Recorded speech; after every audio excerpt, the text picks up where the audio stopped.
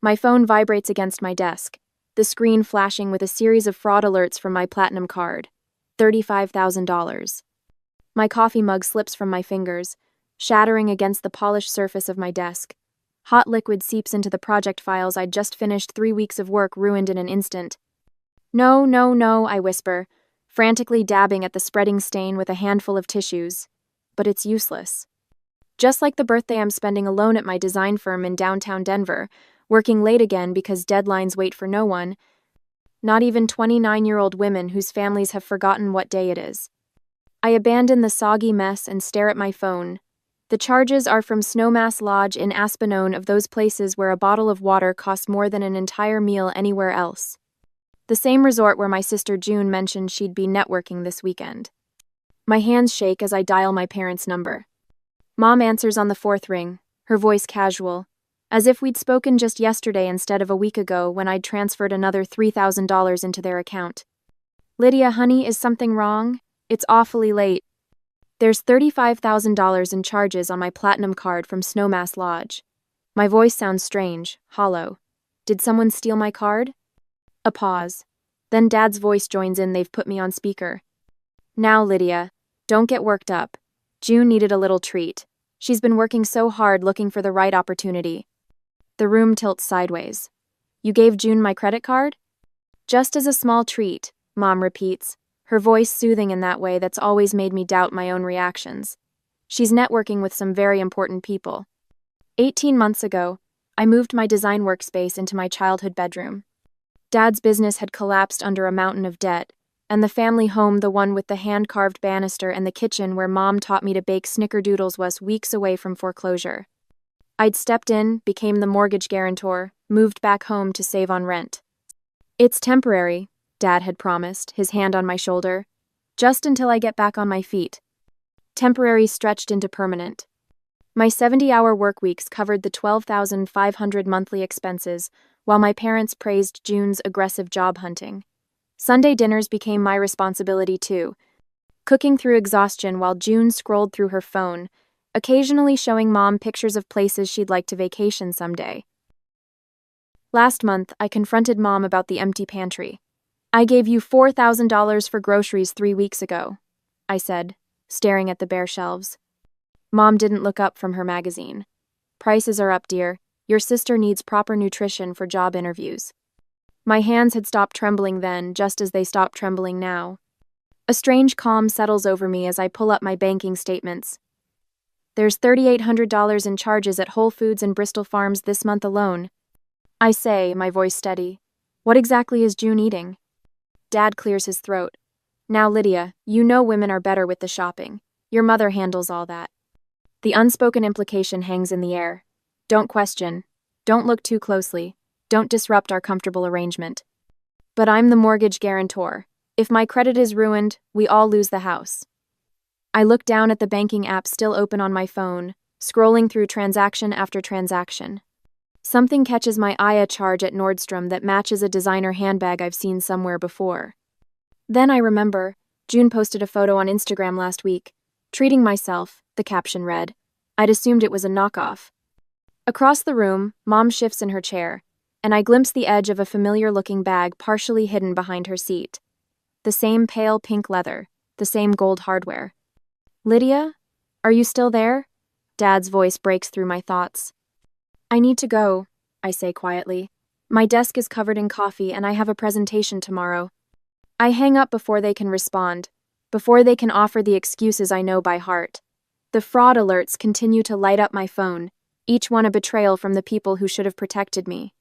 And for the first time in 18 months, I wonder if it's time to stop protecting them. Next morning, the beep of my voicemail echoes through the empty kitchen. It's 5:30 a.m., and I've been awake since 3, my mind racing with numbers and betrayal. I press play, expecting another creditor hunting Dad's unpaid bills. Instead, June's voice fills the room. Mom, I need the platinum card before Lydia changes the PIN again. The limit should cover the full weekend at Snowmass. My stomach lurches. I grab the counter, knuckles white against the marble. Don't worry about her finding out. June continues, laughter bubbling through her words. She never checks the statements until the end of the month.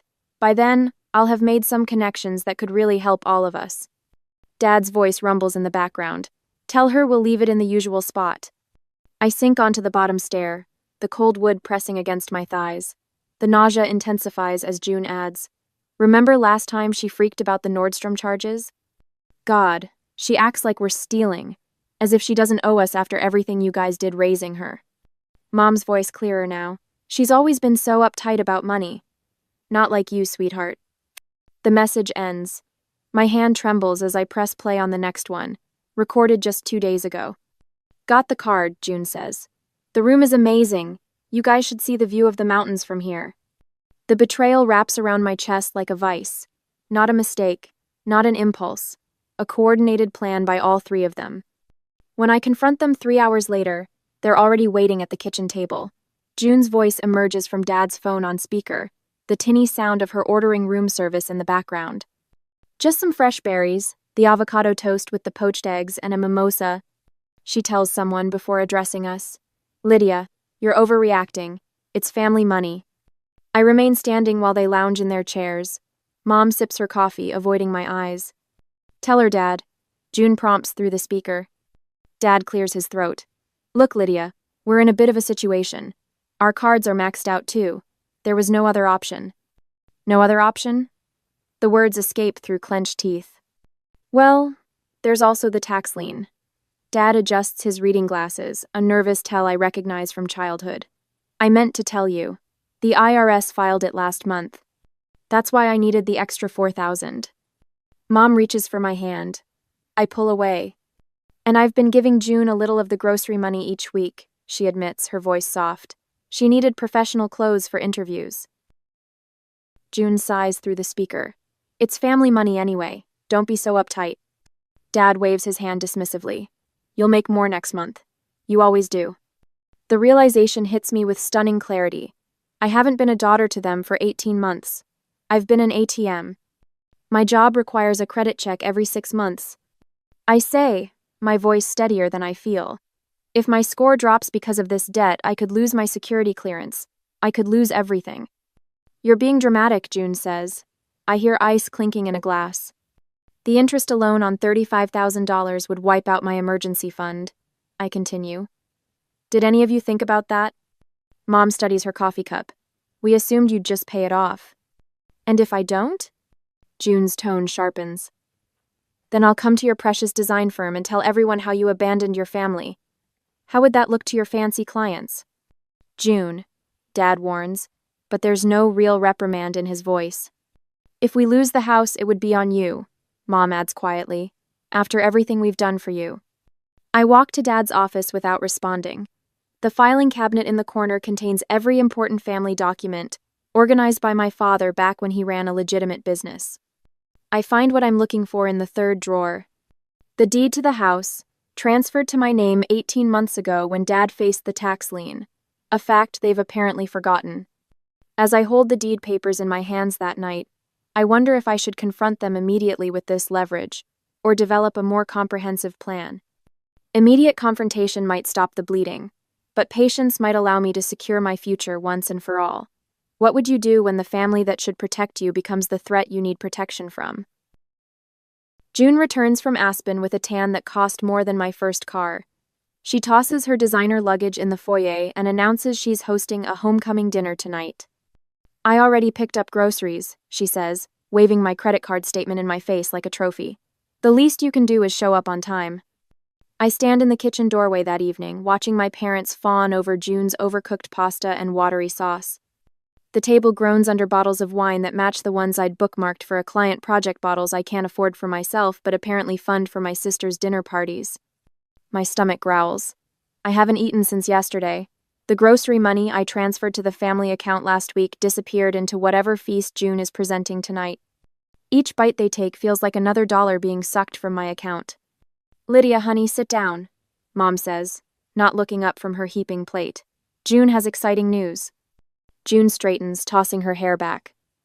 Remember those investors I met in Aspen? They love my business concept. I just need startup capital. 50,000 should do it. She turns to me with a smile that doesn't reach her eyes. We all know who has the deepest pockets in this family. Dad nods enthusiastically. This could be the opportunity that turns everything around for us. Us. Not me. Never me. Oh, and I borrowed your laptop to finalize my business plan, June adds casually. Hope you don't mind. I find them in my office the next morning. Papers scattered across my desk, drawers hanging open, my laptop nowhere to be seen. The lock I installed last week has been pried off, wood splintered around the doorframe. That night, I stare at my bedroom ceiling until 3 a.m., heart pounding every time a floorboard creaks. By dawn, I've moved my passport, birth certificate, and the house deed to a lockbox in my car trunk. The irony doesn't escape me. I'm hiding my possessions in my own home. When my work presentation falls flat the next day, my boss pulls me aside. Lydia, is everything all right? You look exhausted. Before I can answer, my phone vibrates another creditor calling about my father's unpaid medical bills. I silence it with trembling fingers. Just a rough night, I lie. At the financial advisor's office later that day, I spread out 3 months of bank statements while she reviews the spreadsheet I've created. Every unauthorized charge, every borrowed dollar meticulously documented. These patterns constitute financial abuse, she says gently. You understand that, right? I nod, my throat tight. That evening, I hide my phone behind a potted plant, recording as my parents and June discuss accessing my 401k just temporarily for June's business venture. I tell myself this evidence might be necessary someday, but the truth burns in my chest. I'm preparing for war against my own family. Between meetings the next day, I check my email and find a message from Great Aunt Delilah in Santa Fe. The subject line reads simply, "When you're ready." Your grandfather always said, "The strength to say no is worth more than the money to say yes."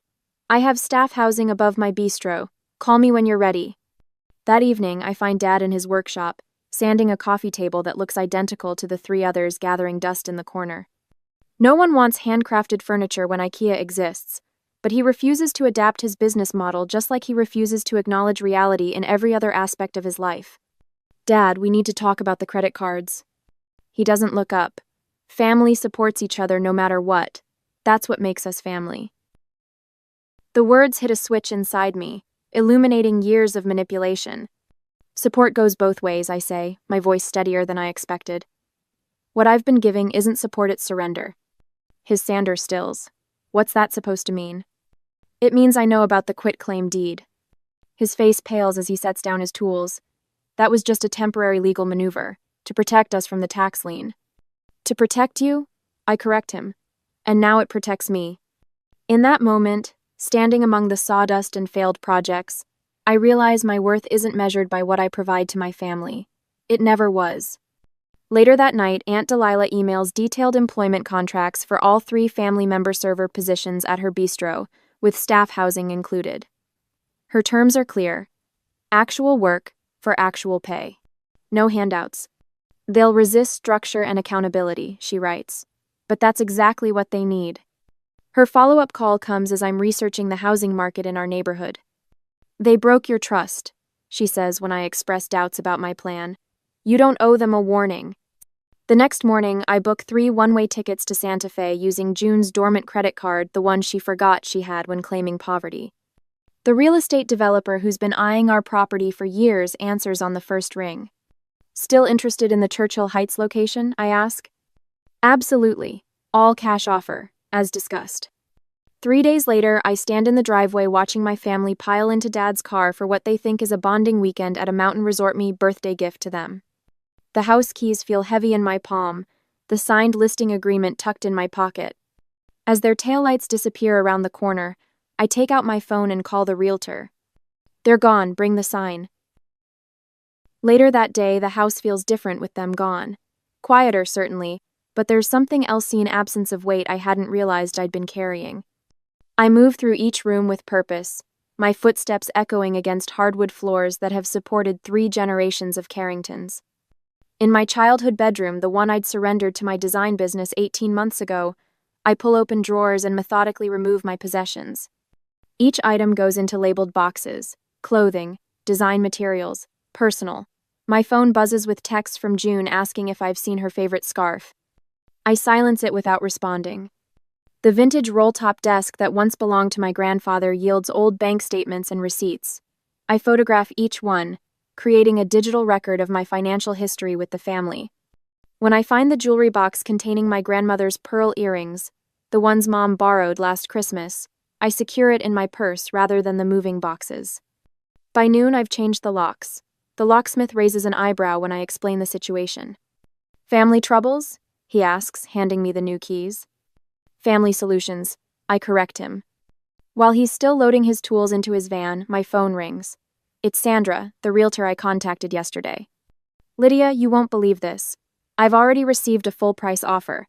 The developer I mentioned, they're prepared to close within the week, all cash. My hand tightens around the phone. That's faster than I expected. Cash offers move quickly. They're eager to break ground on that new complex. Should I tell them you need more time? I look around at the half-packed boxes, at the framed family photo still hanging crookedly in the hallway, my father's arm around June's shoulders, my mother smiling at them both while I stand slightly apart. Always the observer. Number fast is good. 2 hours later, I'm sitting across from Teresa Blackwell, the attorney I found through Aunt Delilah's network. She reviews the quitclaim deed, nodding as she flips through the pages. This is ironclad, Miss Carrington. Your father transferred complete ownership to you. There's no provision for reversion or co-ownership. And the sale? With this deed and your documentation, you're within your legal rights to sell without their consent. She removes her glasses. Though I should advise you that family real estate transactions often lead to litigation? Let them try. I slide the folder of recorded conversations across her desk. I have June on tape admitting to credit card fraud. Teresa's eyebrows rise slightly the closest she comes to showing surprise. That should be quite persuasive. I'll contact the developer's legal team today. Back at the house, I'm wrapping grandmother's china when my phone vibrates. June's name flashes on the screen. Against my better judgment, I answer. We need another $2,000, she announces without preamble. Santa Fe is more expensive than we thought, and Dad found this amazing local artist who… Number. The silence on the other end lasts 3 full seconds. What do you mean, no? It's just 2,000. You make that in what, a week? I'm not sending more money, June. Fine, whatever. I'll just use your card again. We all know where you keep the… I've canceled all my cards and opened new accounts. You won't find them in my desk drawer anymore. Her laugh has a brittle edge. You act like this is some big secret. Mom and Dad have been using your cards for months. It's family money. The recorder app on my laptop blinks red as it captures every word. Is that why you charged $35,000 at Snowmass Lodge? Oh, please, like you couldn't afford it. Besides, that's what family does. We take care of each other. By committing fraud? Another pause. You wouldn't dare call it that. If you even think about making trouble, I'll contest any crazy thing you might be planning. Dad says the house is still technically family property regardless of some stupid paper he signed. I end the call and immediately send the recording to her email with a single line. Legal definition of admission of guilt. Within minutes, my parents' number lights up my phone. 5 missed calls. 7 text messages, each more frantic than the last. What have you done? June is hysterical. We need to talk about this as a family. Your father never meant to sign over the house completely. Did you know about the investment account? Lydia, Eleanor Carrington, answer your phone right now. We can explain everything. I silence the phone and return to packing. The movers arrive tomorrow. Later that evening, as I'm labeling the last box of kitchen items, my attorney calls. The developer has agreed to the expedited closing. We can have funds transferred by Friday. She pauses. They've asked if your family will need a grace period to vacate the property. The question catches me off guard. Would mercy now invite future manipulation, or would a clean break without compromise finally teach them the lesson they needed to learn? I think of June's casual admission about the credit cards, of Dad's dismissal of my concerns, of Mom hiding designer bags behind chairs while pleading poverty. No grace period, I decide, but I have made other arrangements. After hanging up, I call Aunt Delilah. It's happening faster than expected, I tell her. Can your offer of housing still stand? The apartments above the bistro are ready whenever they are, she says. And I've drawn up employment contracts for all 3 of them. Real work, real wages. They won't like that. They don't have to like it. They just have to decide if pride is worth homelessness. Her voice softens. How are you holding up, sweetheart? Better than expected. My boss has approved remote work for the next month while I transition. And the house? Closing Friday. 1.65 million, all transferred to my new account. We talk a while longer about practical matters, furniture storage, mail forwarding, the movers coming tomorrow. As we're about to hang up, my phone beeps with an incoming call. That's Mom, I say, checking the screen. Are you going to answer? Not tonight. After we disconnect, I listen to the voicemail. Mom's voice sounds different, smaller, without its usual confident edge. Lydia, please call me back. Just me, not your father or June. A shaky breath. I know I should have stopped your sister years ago. I just didn't know how. Another pause. Whatever you're planning, please just talk to me first. Outside, the moving truck pulls into the driveway. The neighbors across the street stand on their porch, watching openly now. Mrs. Grayson, who has lived there for 30 years, waves tentatively. I wave back, then turn to face the house that will soon have a sold sign on its lawn. Tomorrow, my family returns, expecting everything to be exactly as they left it. They have no idea what awaits them. When my family returned from their trip, they immediately called me to the house. My rental car pulls up to the curb in front of what was once my childhood home. The large SOD sign dominates the front lawn where my father's prized hydrangeas used to bloom. My family stands huddled near the front porch, their suitcases scattered around them like abandoned life rafts. My phone vibrates against the console. Dad again. Lydia, sweetheart, there's been a misunderstanding with the house. Call us immediately. I step out of the car clutching a manila envelope. The weight of it feels substantial in my hand. 18 months of evidence, all neatly organized. Mom spots me first. Her face crumples into the theatrical sob I've seen countless times, usually when she wants something expensive. How could you do this to your own family? Her voice carries across the lawn, designed to draw attention from the neighbors peeking through their blinds. June stands with her arms crossed, designer sunglasses hiding her eyes but not the tight line of her mouth. We need to talk now. Her voice lacks its usual breezy confidence. Dad steps forward, hands raised in a placating gesture that once made me feel safe. Lydia, listen. We can negotiate here. This house, there was a family understanding about ownership. Understanding? I keep my voice level. You tricked me into signing that quitclaim deed, he says, his voice dropping to a conspiratorial whisper. I never would have signed if I knew you'd pull something like this. Something like what? Protecting my assets? June steps forward. Look, I know things got a little out of hand with the credit card, but we'll pay you back when my business takes off. My Aspen connections are solid. My mother nods eagerly. Just a few more months, sweetheart. Your father has prospects. The same promises, recycled endlessly like the birthday cards they regift to me each year with the wrong age. I open the manila envelope and pull out the first document. This is the original quitclaim deed you signed 18 months ago, Dad. Your signature, witnessed by your own attorney. I place it on the hood of my car and add another paper. This is a transcript of June's voicemail to you both, planning to use my credit card before she changes the PIN again. My father's face pales. I continue laying out documents one by one. Bank statements showing $3,800 in grocery charges when the pantry remained empty.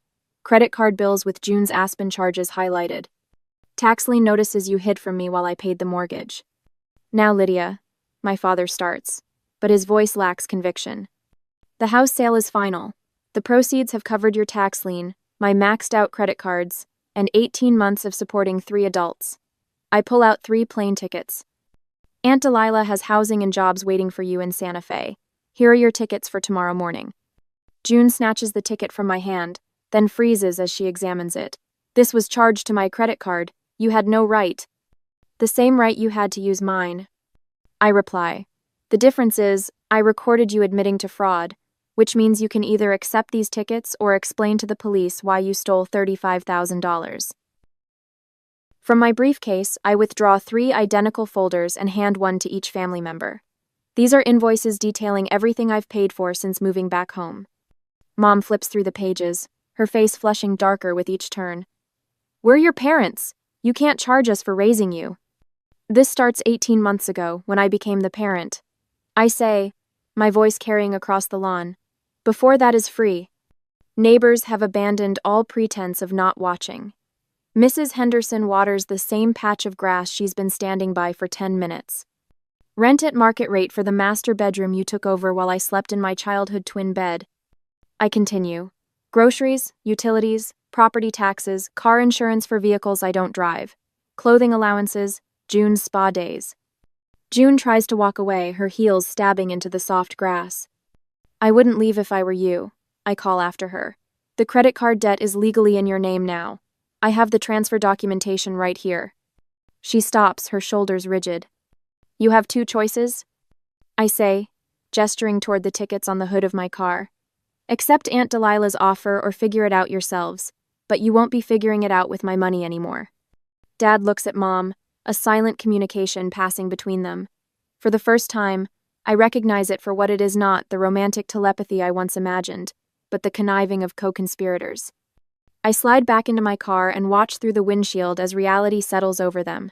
Their voices rise in argument, Mom pointing at June shoving Dad's shoulder when he tries to calm her. My phone buzzes with a text from a friend who works at the local bank. Quentin and Margot just got rejected for a personal loan. Third bank this morning. The moving truck that contains what little I salvaged from my childhood pulls away from the curb. I watch my family in the rearview mirror, still huddled on the lawn, still arguing about whose fault this is. No one waves goodbye. As I drive toward my new downtown loft, the weight on my shoulders lifts for the first time in 18 months. The invoice has been delivered. Payment, in one form or another, will finally be collected. A year later, morning sunlight streams through the floor-to-ceiling windows of my downtown Denver loft, casting golden rectangles across the polished concrete floor. 6 team members sit around my conference table, nodding as I walk them through the presentation for our biggest client. The interactive elements need to be intuitive enough for their older demographic. I say, swiping through mock-ups on the wall-mounted screen, let's revise the navigation once more before Thursday's pitch. My phone buzzes on the table. 4 times in rapid succession. A year ago, I would have lunged for it, heart racing, wondering what family crisis needed my immediate attention. Today, I glance at it briefly, note the bank notification icon, and turn back to my team. Danny, can you walk us through the user testing results? My phone remains face down. Do not disturb, engaged during working hours. The framed poster behind my desk catches the morning light. Generosity without boundaries isn't kindness, it's self-neglect. Beside it hangs my Innovation and User Experience Award from last month for the project that had once been coffee-stained and delayed by family demands. After the meeting disperses, I check my notifications. A fraud alert from my credit card company, $2,400, charged at an electronics store in Phoenix. I settle into my ergonomic chair and methodically report the fraudulent charges, request a replacement card, and document the case number in my financial spreadsheet. No racing pulse, no shattered coffee mugs. Just a minor inconvenience to be handled between client calls. Lydia? Mark from the marketing team leans against my doorframe. I hate to ask, but I'm in a bind with the Davidson proposal. Could you front me the deposit for the focus group facility? Just this once? The company card is maxed from that conference last week. I meet his eyes, noting the casual expectation in his tone. The company has an established process for expense advances. Paula in accounting can help you submit the request form.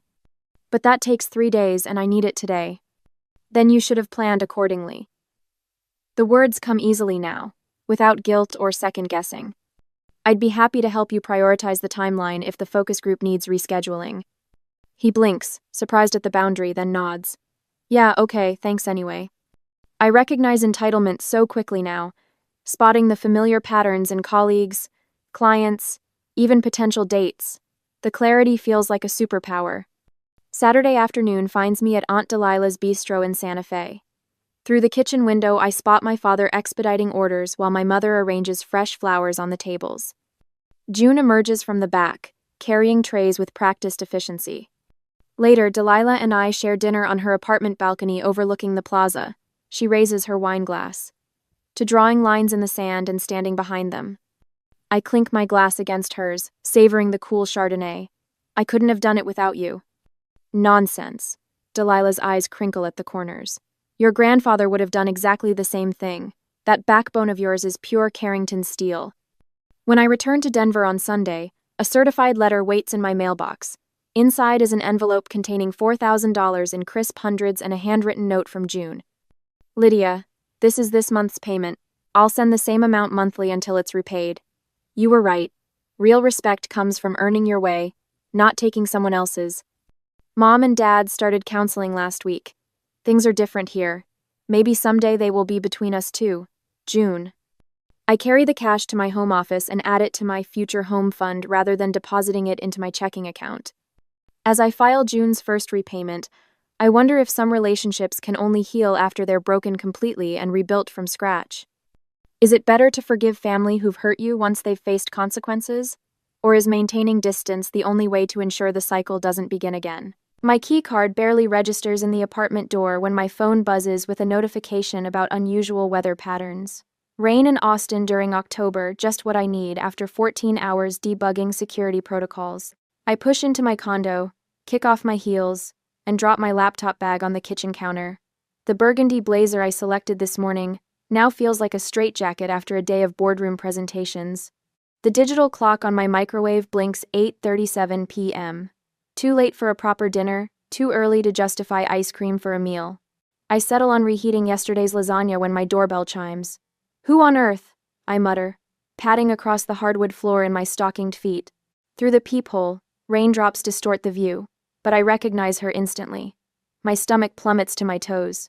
23 years haven't changed that calculating stare, though the blonde hair now comes from a bottle instead of nature. My mother, Vanessa. And beside her, a young man with her eyes and a slouch that speaks of entitled boredom. I consider pretending I'm not home. My fingers hover over the lock, trembling slightly. The doorbell chimes again, more insistent this time. Michelle? Honey? I know you're in there. Open up, we're getting soaked out here. The endearment sounds foreign in her mouth. She abandoned the right to call me honey when she walked out our front door in Cleveland, suitcase in hand, never looking back at her 10-year-old daughter. I swing the door open, keeping my expression neutral. This is unexpected. Surprise, Vanessa trills, arms outstretched as if expecting an embrace. When I don't move, she drops them awkwardly. Aren't you going to invite us in? It's pouring out here. Of course I step aside mechanically. Please come in. Vanessa sweeps past me, bringing the scent of expensive perfume and cigarettes. The young man follows my half-brother Ethan, though we've never spoken. Memory flashes like lightning. Dad hunched over bills at our kitchen table, circles darkening beneath his eyes. The diner's broken air conditioner during the hottest summer on record. Me at 12, washing dishes after school, homework spread across the back counter, because we couldn't afford to hire enough help. Nice place, Ethan remarks, inspecting my living room with unconcealed judgment. Kind of small though, isn't it? It suits my needs. I close the door firmly. Can I get you something to drink? Vanessa runs her finger along my bookshelf. Just water for me. Ethan? Got any beer? He asks, flopping onto my cream-colored couch without removing his damp jacket. No beer. Water, coffee, or tea. Whatever. He sighs, pulling out his phone. Vanessa circles my living room, picking up framed photos, studying the titles on my bookshelf. I've heard you're doing quite well for yourself. Some kind of computer job? Cybersecurity analyst. I pour 2 glasses of water and set them on the coffee table. How did you find me? She waves her hand dismissively. Oh, you know how it is these days. Everything's online. A pause. Your father mentioned you moved to Austin. Dad and I speak weekly. He's never once mentioned communicating with Vanessa. I hear you make good money. So, she continues, settling into my reading chair. 6 figures, right? That promotion last year really set you up. The hairs on my neck prickle. I haven't told Dad about my salary, and my promotion happened 7 months ago. What brings you to Austin? I ask, remaining standing. Ethan glances up from his phone. Mom wanted to see you, and I'm checking out some schools. Schools? Ethan got accepted to a private business program in Chicago, Vanessa interjects, her voice swelling with pride. Very exclusive. Only takes 40 students a year. Congratulations, I offer. Yeah, well, Ethan shrugs. It's expensive as hell, like really expensive. My stomach tightens. The true purpose of their visit crystallizes. Michelle. Vanessa leans forward, her voice honeyed. Ethan needs this opportunity. This program will set him up for life connections, prestige, Everything I couldn't give you. The naked manipulation stuns me. 23 years of silence, and this is what brings her back? The tuition is steep, she continues, and there's living expenses in Chicago. We calculated it all out. $4,500 a month would cover everything. Ethan looks up. Plus I need a decent laptop. And maybe a car. Public transportation in Chicago is sketchy. My hands tremble, but I keep my voice level. That's quite a request from people I haven't seen in over 2 decades. Vanessa's expression hardens slightly before melting into practiced concern. I know we have catching up to do. That's why I thought we could meet for lunch tomorrow. Discuss options. She reaches for my hand. Family helps family, Michelle. You understand that better than anyone. I pull back before she can touch me. I have meetings tomorrow. Dinner then, she presses. Ethan's future depends on this. Wouldn't you have wanted this kind of opportunity? The irony burns like acid in my throat. I wanted a mother who stayed, a childhood without working after school to help Dad keep our diner afloat. I wanted someone who remembered my birthdays. I'll check my calendar, I say finally. Where are you staying? The Westgate, Vanessa replies, standing. Room 412. We'll be here through Sunday. Hulaf? 5 days. I walk to the door and open it. I'll call you tomorrow. After reluctant goodbyes and Vanessa's awkward attempt at a hug, I close the door and slide the deadbolt into place. My apartment feels violated somehow, tainted by their presence. I lean against the door, breathing deeply, trying to steady my racing heart. $4,500 a month. $54,000 a year to support a half-brother I've never known, requested by a mother who abandoned me without a backward glance. I move to my laptop, open my banking app, and stare at the savings I've built through years of overtime and careful planning. I could afford it. That's the worst part, I could actually afford it. But as I close the laptop, a certainty settles over me. I might still crave the maternal approval I was denied as a child, but I won't sacrifice my security to buy it. This time, I won't be the one left behind. The rain beats against my window as I lock the door behind Vanessa and Ethan. Their scent, her expensive perfume, his damp jacket lingers in my living room like unwelcome ghosts. My shoulders slump as exhaustion crashes over me. The lasagna sits forgotten in the microwave. I shuffle toward my bedroom to change when something stops me cold. My laptop, the one I'd closed before answering the door, sits open on my kitchen counter, the screen glowing with my banking dashboard. What the hell? My pulse quickens as I approach. The activity log shows 3 failed login attempts from an unrecognized device within the past hour. I wasn't even home. The timestamp confirms it. 8:12 p.m., 8:15 p.m., 8:17 p.m., 20 minutes before they rang my doorbell. My hands hover over the keyboard as dread pools in my stomach. I navigate to my email, scanning recent messages with growing horror. There, flagged as unread, a forwarded message from Dad's email account containing my employment details, salary, and promotion announcement from 7 months ago. No way, I whisper, my voice strange in the empty apartment. I dial Dad immediately, fingers trembling against the screen. Hey, kiddo. His familiar voice answers, warm and steady. Everything okay? It's late for you to be calling on a weeknight.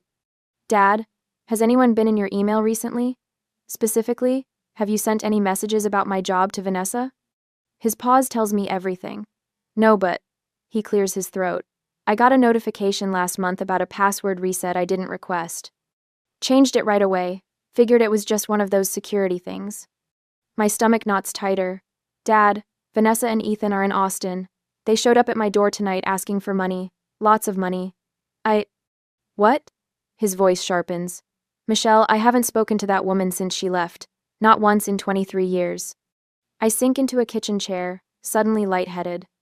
They knew about my promotion, Dad. The exact timing. My salary. Things I never posted online. Things only you knew. Jesus Christ, he mutters. That boy of hers, didn't you say he was into computers? The pieces click into place. Ethan's bored slouch disguising calculated interest. His casual inspection of my living space.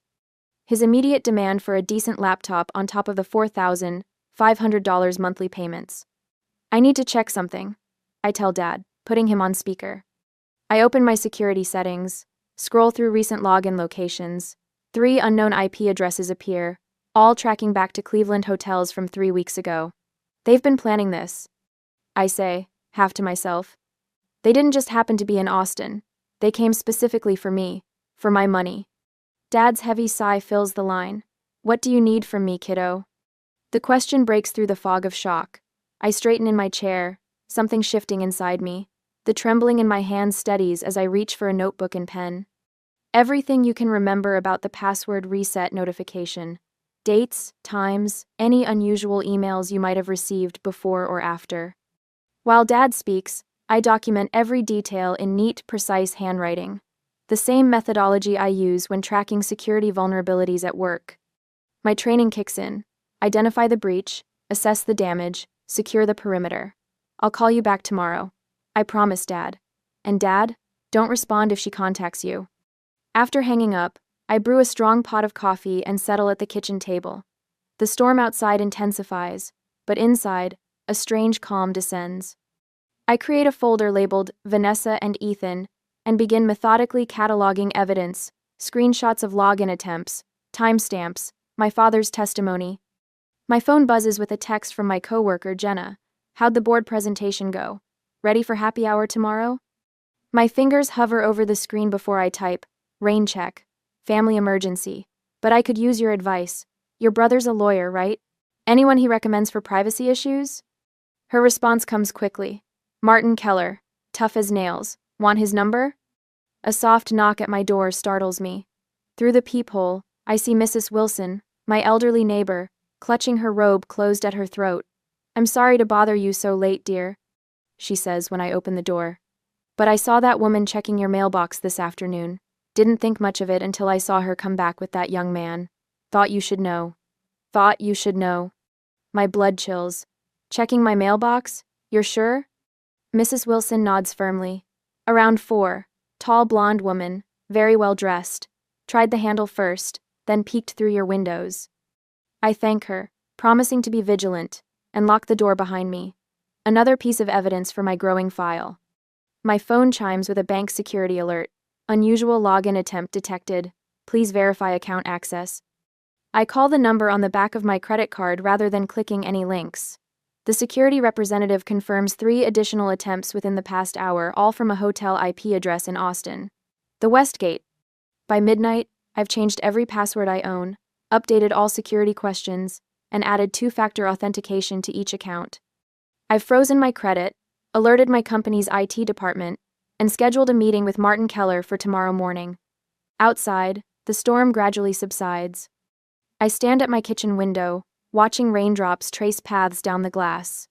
The hollow victory of securing what should never have been violated leaves me empty. $4,500 a month. $54,000 a year. The numbers Vanessa casually demanded repeat in my mind, no longer shocking but clarifying. This isn't about reconnecting with a long-lost daughter. It isn't about family at all. The truth settles over me like a weight. My mother breached my privacy, violated my father's email, and orchestrated an elaborate scheme to extract money from the daughter she abandoned. I close my laptop, suddenly bone-tired but resolute. The confusion and shock that paralyzed me earlier has crystallized into something harder, colder, more defined. The little girl who craved her mother's approval might still exist somewhere inside me, but tonight, a different version of Michelle Rowe has emerged. This isn't about being mean or unforgiving. It's about survival. A day after the incident, my phone buzzes with a text notification while I stir cream into my coffee at Copper Bean Cafe. The message preview makes my stomach clench. How can you be so selfish? After all I sacrificed for you. I turn the phone face down. Across the cafe, a toddler giggles as her father pretends a spoon is an airplane. The normal scene feels like it belongs in a different universe from the storm brewing in my life. Ready to order, Miss Rowe? The barista, Tina, hovers nearby with her pen poised. Just the coffee today. Thanks. 2 hours later, the peaceful moment shatters when the cafe door swings open, and Vanessa strides in, her heels clicking against the hardwood floor. She spots me instantly. Michelle. She projects her voice loud enough that several patrons turn to stare. I've been trying to reach you for days. I keep my expression neutral. It's been only a day, Vanessa. She drops into the chair opposite mine, her platinum blonde hair swinging perfectly into place. You've been avoiding us. Ethan's enrollment deadline is next week. I've been working. Family comes first. She reaches for my hand across the table. You should understand that better than anyone, considering how your father struggled after I left. My pulse hammers in my throat, but I pull my hand away before she can touch me. Is that what you're calling abandonment now? After you left? Heads turn in our direction. Vanessa's voice rises. How dare you? You have no idea what I went through. You're right, I don't. I stand, gathering my laptop bag, and this isn't the place to discuss it. Everyone!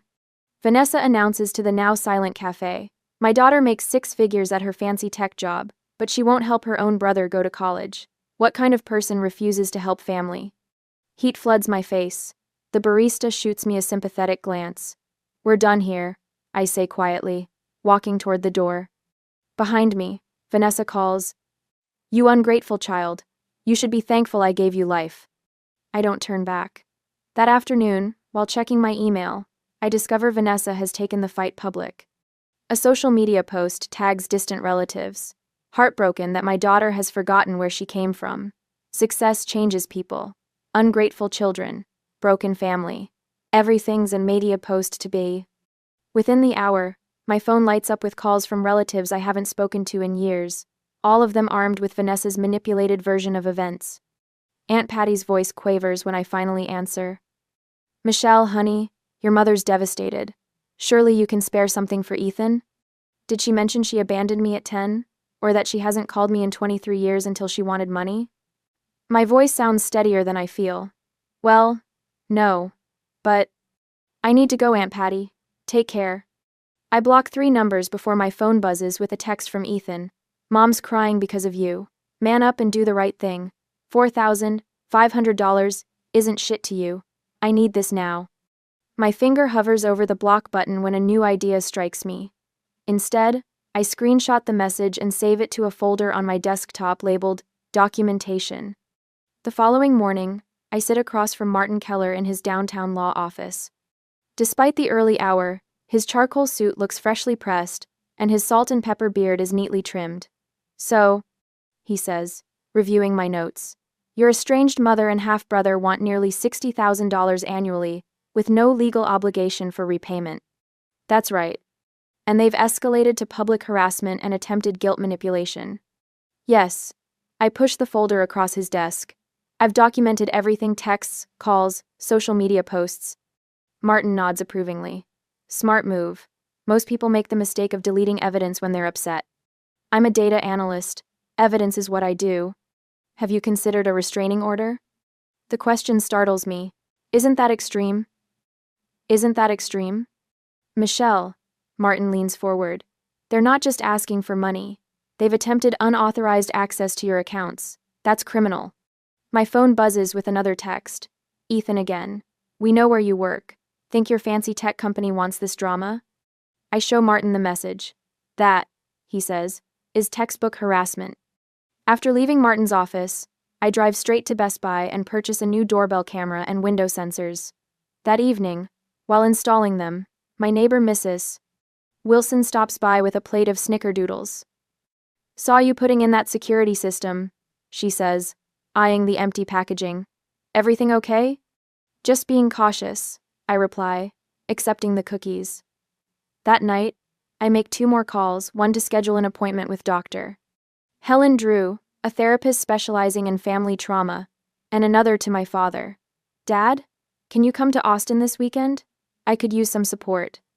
3 days later, Vanessa requests another meeting. This time, I choose a public park with plenty of witnesses. I arrive early and sit at a picnic table, my back to a tree, my phone recording in my pocket. Vanessa arrives 15 minutes late, her expression rehearsed into contrition. Michelle, she begins, I want to apologize for the other day. I was emotional. Thank you. You have to understand. Her voice takes on the syrupy quality I now recognize as manipulation. When a mother sees her child struggling, she'll do anything. Ethan deserves the same opportunities you had. I worked 3 jobs during college, Vanessa. No one paid my way. Her lips tighten. That's because Raymond was too proud to ask for help. Family helps family, Michelle. It's what we do. Is that what you did when you left a 10-year-old girl with no warning and no support? The question slips out before I can stop it. I gave you life. Her voice hardens. You should be grateful for that much. Grateful. I taste the word. Family respects boundaries, Vanessa. My boundary is this. I won't be funding Ethan's education. Not now, not ever.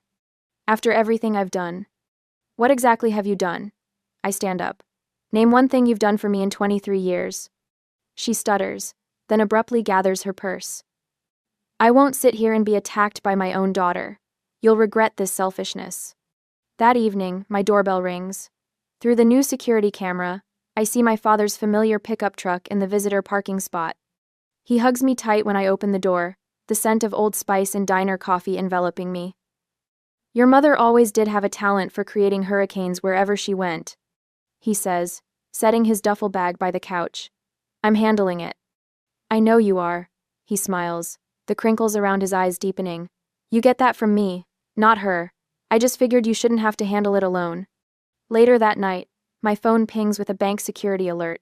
Someone has attempted to transfer $12,000 from my savings account to an unknown recipient. The IP address traces back to a device registered to Ethan Grant. With shaking fingers, I forward the alert to Martin and file a formal complaint. For the first time, I feel something beyond anxiety or anger, a cold certainty that this will end on my terms, not theirs. At 11:30 p.m., another notification appears. A second transfer attempt, this time for $8,000. My finger hovers over the press charges button on the bank's security portal. Dad watches from the kitchen doorway, his expression solemn. You sure about this, Shelley? I draw a steady breath. Let's see how far they'll really go. My phone lights up at 6:15 a.m. with a notification from the bank security team the next morning. Another login attempt. This makes 5 in the last 12 hours, each failing against the new authentication system I implemented yesterday. Right on schedule, I murmur, tapping the notification to document the timestamp. The coffee maker gurgles in the kitchen as I add this latest attempt to my growing spreadsheet. Time, IP address, location, all meticulously cataloged. Working with Aaron from the bank's security department has paid off. After explaining my situation, he set up a special monitoring protocol on my accounts. Each failed attempt now generates both a notification and a detailed log entry. We've got them, I whisper to the empty apartment. The words taste like victory. The phone rings. Dad, they're getting desperate, he says without preamble. Vanessa just called me. My stomach tightens. What did she want? To tell me you're having a mental breakdown. His voice carries decades of weary familiarity with Vanessa's tactics. Said you're paranoid, refusing to help family, and making up lies about them trying to access your accounts. Did you record it? Every word. Martin said to keep the phone on speaker and use my voice recorder app. Attorney Martin Keller had become our strategic anchor over the past week. His advice proved invaluable. Document everything. Record legally. Prepare methodically. She claims you inherited your instability from my side of the family. Dad's laugh holds no humor. Rich coming from a woman who abandoned her 10-year-old daughter without a backward glance. I check my work email.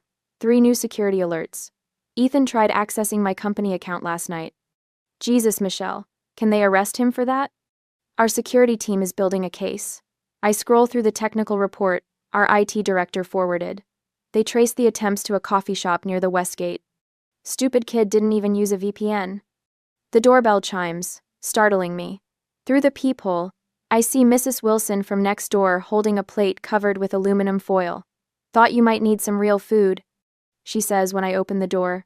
My herald always said banana bread helped him think clearer during his days at the DA's office. The unexpected kindness catches in my throat. Thank you. Those two still hanging around? She peers past me into the apartment. Not physically. I accept the plate, but they're keeping busy. After she leaves, my phone buzzes with a voicemail notification. Vanessa, her voice trembling with manufactured emotion. Michelle, honey, please call me back. I'm at Street. David's Medical Center. Emergency room. Something's wrong with my heart. The doctors are. A theatrical pause. I don't want to frighten you, but they're running tests. I need you here, sweetie. Family should be together in times like this. My fingers hover over the callback button. A reflexive response bred from childhood guilt. Instead, I dial the hospital directly. Street David's emergency department, this is Jessica. Hello, I'm checking on a patient who was admitted this morning. Vanessa Grant. Papers shuffle. Spell the last name, please. Grant. Grant. I'm not seeing anyone by that name admitted today. She called claiming to be in your emergency room with heart problems. A pause. We haven't had any cardiac admissions in the past 3 hours. Would you like me to check if she's registered under a different name? No need, thank you. I add the call to my documentation. Timestamp noted. This manipulation tactic joins the others in my growing collection of evidence. My phone rings again. Unknown number. Hello? Is this Michelle Rowe? A woman's voice, vaguely familiar yet unplaceable. Yes. Who's calling? Patricia Lambert, Vanessa's sister. My aunt. A shadow figure known only through Dad's occasional mentions. I got your number from Raymond, she continues. We need to talk about Vanessa. My defenses rise. If you're calling to convince me to give them money. God, no. She cuts me off with a harsh laugh. I'm calling to warn you. This isn't their first rodeo. The coffee grows cold beside me as Patricia unravels a pattern spanning 2 decades. Vanessa and Ethan had worked this scheme on multiple relatives, friends, even Vanessa's second husband's family. 3 years ago, they convinced my daughter to co-sign a car loan. Ethan defaulted after 2 months, ruined Jenny's credit score. Why are you telling me this? I ask, though I already know. Because Vanessa's spinning quite a story to the family. Says you're refusing to help poor Ethan despite being rich in your fancy tech job. Says you're punishing her for old mistakes. And you didn't believe her? Patricia sighs. Honey, I've watched this show too many times, but others haven't. There's a family dinner Sunday at Aunt Mildred's. Several relatives want to hear your side. The prospect of facing extended family I barely know sends cold sweat down my spine. But the opportunity to counter Vanessa's narrative can't be ignored. I'll be there, I say, adding the details to my calendar. Dad arrives from Cleveland that afternoon, his truck laden with boxes. Found these in the attic, he says, hauling the first one to my dining table. Thought they might help. Inside, financial records dating back to Michelle's childhood. Child support checks Vanessa never cashed. Court documents from their divorce. A meticulous paper trail of Vanessa's abandonment. Your mother was always good at rewriting history, Dad says, spreading the documents across the table. But paper doesn't lie. That evening, Martin reviews our growing evidence pile over Zoom. The protective order documentation is nearly complete, he says, scanning the digital files I've shared. Bank records, unauthorized access attempts, false hospital claims, the pattern of behavior Patricia described. We have a solid case. Will it be enough? I ask. More than enough. The judge will see a clear pattern of harassment and attempted financial exploitation. My phone pings. Dr. Helen. Confirming our emergency therapy session to prepare for court. Another notification follows bank security, with detailed logs of the latest intrusion attempts. The trap is working perfectly. Later that night, a text from Ethan arrives. This is getting out of hand. Mom pushed too hard. Quote, I show Dad, who's setting up the guest room air mattress. The first crack? He says, nodding knowingly. When the united front crumbles, that's when Vanessa gets really dangerous. As if summoned by his words, Vanessa calls his phone. You've turned everyone against me. She shrieks, her voice so loud I can hear it across the room. My own family, my sister. You always poisoned them against me, Raymond. Dad holds the phone away from his ear, the voice recorder app running on my tablet nearby. Another text from Ethan flashes on my screen. Missed the enrollment deadline. Program gave my spot away. This is all fucked up. I almost feel sorry for him. Almost. The consequences of their choices are catching up, Martin says when I forward him the text. Stay the course. That night, I sleep soundly for the first time in weeks. The trap set, the evidence mounting, the support system strong around me. We will start with the protective plan. My mother and half-brother thought they found an easy mark. Instead, they walked into a carefully constructed web of their own making. Let them struggle. The truth will hold. The next day, the lobby of Austin Cyber Solutions buzzes with the usual Tuesday morning energy when a commotion erupts near the reception desk. I glance up from my tablet to see Vanessa sobbing dramatically into a crumpled tissue, her blonde hair falling strategically across her face. My stomach drops as several colleagues turn toward the scene. Please, I need to see my daughter, she wails. loud enough for the entire first floor to hear. It's a family emergency. Ethan stands behind her, hands jammed into the pockets of his designer jeans, a rehearsed concern painted across his features. I freeze, coffee mug suspended halfway to my lips. 3 months of this escalating, from texts to calls to showing up at my regular cafe. Now they've crossed into my professional sanctuary. Sandra, our security-conscious receptionist, catches my eye with a questioning look. I shake my head slightly and she turns back to Vanessa. Ma'am, I can't allow you upstairs without proper clearance. Michelle. Vanessa spots me across the lobby. Thank God. The doctor says I might have. Well, it's serious. We need to talk about family medical history. Things you should know. My colleague's eyes burn into my back as I approach the desk, pulse thundering in my ears but steps measured. Doctor. Helen's words from yesterday's session echo in my mind. Your reaction is within your control even when their behavior isn't. Vanessa, I keep my voice level. This is inappropriate. If you have medical concerns, email me. Email? Her voice rises an octave. My own daughter wants me to email about possible cancer? After everything I sacrificed for you? The audacity steals my breath. Sacrificed? The woman who missed 17 birthdays, who never sent a single child support payment to Dad? We can discuss this elsewhere. I say, conscious of whispers rippling through the lobby. There's nothing to discuss, Ethan interjects, stepping forward. We're family. You help family. His eyes narrow. Unless you want everyone here knowing what kind of daughter you really are? The threat hangs between us. My hand tightens around my coffee mug to hide its trembling. Your mother abandoned me when I was 10. I tell him, voice steady despite the hurricane in my chest. You don't get to lecture me about family. This isn't the end, Vanessa hisses as security approaches. You'll regret this public humiliation. I know people in your industry. After they're escorted out, my phone lights up with a text from Ethan. That stunt cost you.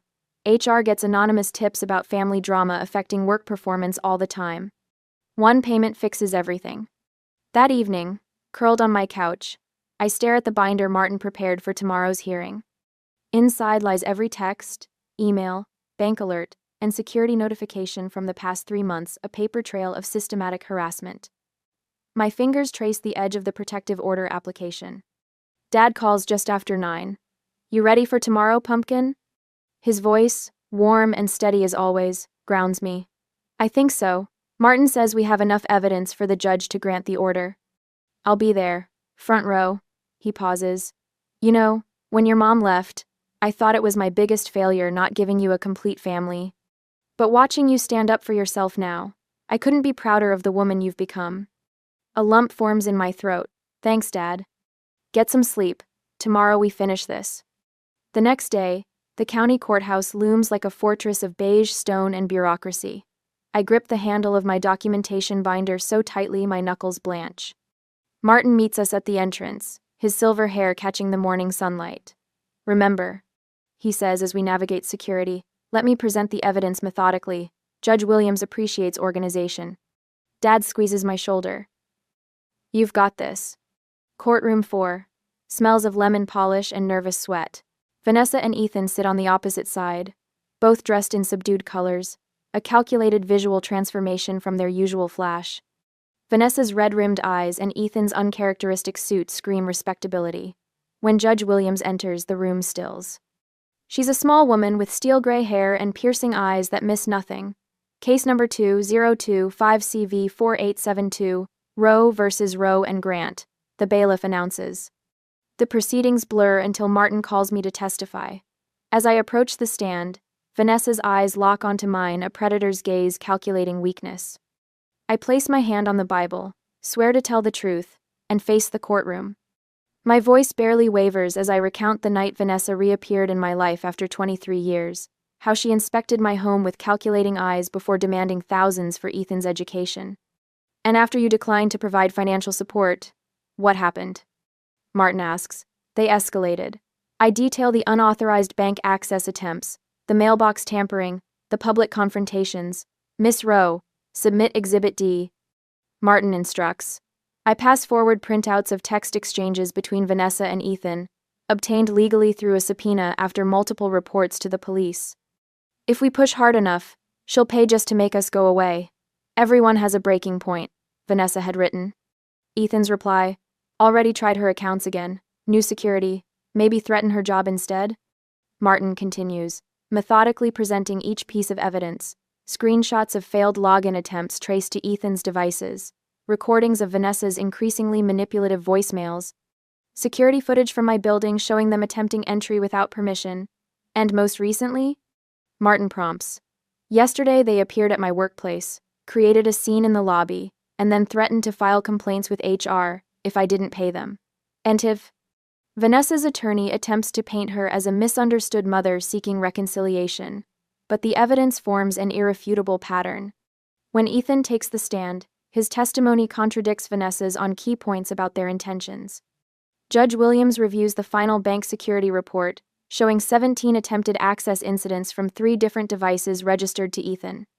The court finds clear and convincing evidence of harassment and attempted financial exploitation, she announces. The protective order is granted against both respondents for a period of 2 years, prohibiting contact within 500 feet of petitioner's home, workplace, or person. Each violation carries a $5,000 penalty. The gavel strikes with finality. Outside the courthouse, sunlight warms my face as Martin hands me the official paperwork. With this order in place, we can drop the potential criminal charges for now, he explains. But the paperwork exists if they violate it. Dad wraps his arm around my shoulders. Let's go home, Michelle. As we descend the courthouse steps, I catch a glimpse of Vanessa and Ethan huddled with their attorney, faces contorted with frustration. For the first time in months, their expressions don't trigger guilt or fear in my chest. Later that evening, I receive a text from a family friend in Cleveland. Vanessa and Ethan have already listed their Chicago apartment. Apparently, they're relocating to a smaller town where, presumably, their social circle hasn't yet heard about their courtroom defeat. I place my phone face down on the coffee table and take a deep breath. The walls of my condo no longer feel like they're closing in. For the first time since they reappeared in my life, I sleep without checking my security system 3 times before closing my eyes. Some victories don't roar, they whisper, "You're safe now." If you jested. 6 months later, the evening Austin air carries the scent of rosemary and garlic through my open balcony door. My fingers trace the new biometric lock panel beside my front door, a small reminder of victory rather than trauma now. Michelle, these potatoes need another minute. Dad's voice calls from my kitchen, where he stands wearing the faded Cleveland Browns apron I gave him for Christmas years ago. No rush. I arrange water glasses on my small dining table, already set for 4. The doorbell chimes, and I notice the sound no longer sends adrenaline coursing through my veins. Progress. Through the peephole, I see Kara from work and Martin, whose legal expertise saved more than just my bank account. I swing the door open with ease. Come in, dinner's almost ready. Dad's insisting on making his famous garlic potatoes. Martin holds up a bottle of Cabernet. Thought we could toast your promotion properly. Senior data analyst has a nice ring to it, Kara adds, squeezing my arm. The conversation flows effortlessly through dinner. We laugh about Martin's latest courtroom antics and Dad's stories about the regulars at his diner. No tense pauses, no analyzing hidden motives behind simple questions, just genuine connection. After dessert, Dad pulls a folder from his bag. I wanted to show you these retirement numbers. His weathered hands spread papers across the table. The offer on the diner came through higher than expected. I study the figures. This is great, Dad. You could fully retire next year.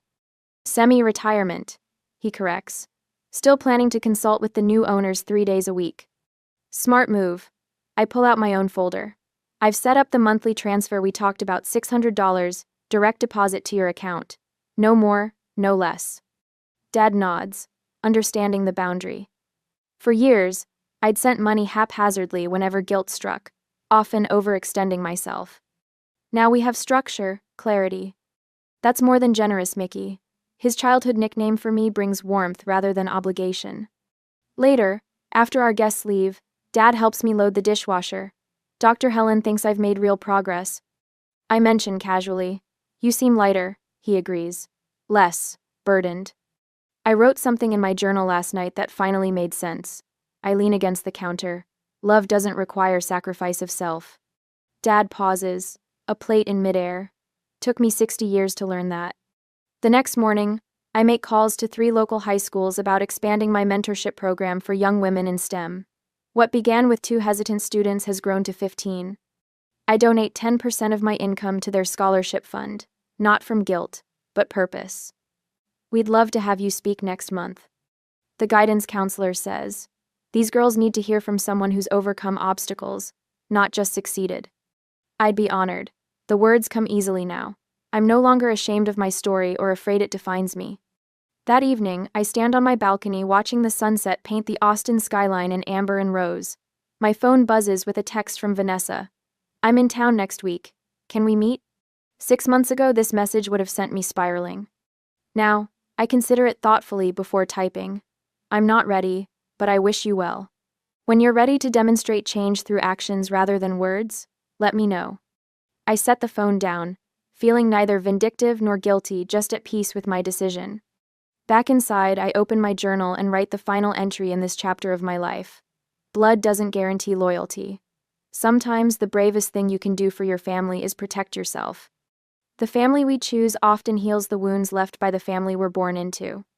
I close the journal and look around my apartment, no longer just a place I sleep, but a sanctuary I've earned. Protected not by locks and security systems, but by the boundaries I've finally learned to maintain. Have you ever had to choose boundaries over obligation? Tell me in the comments below.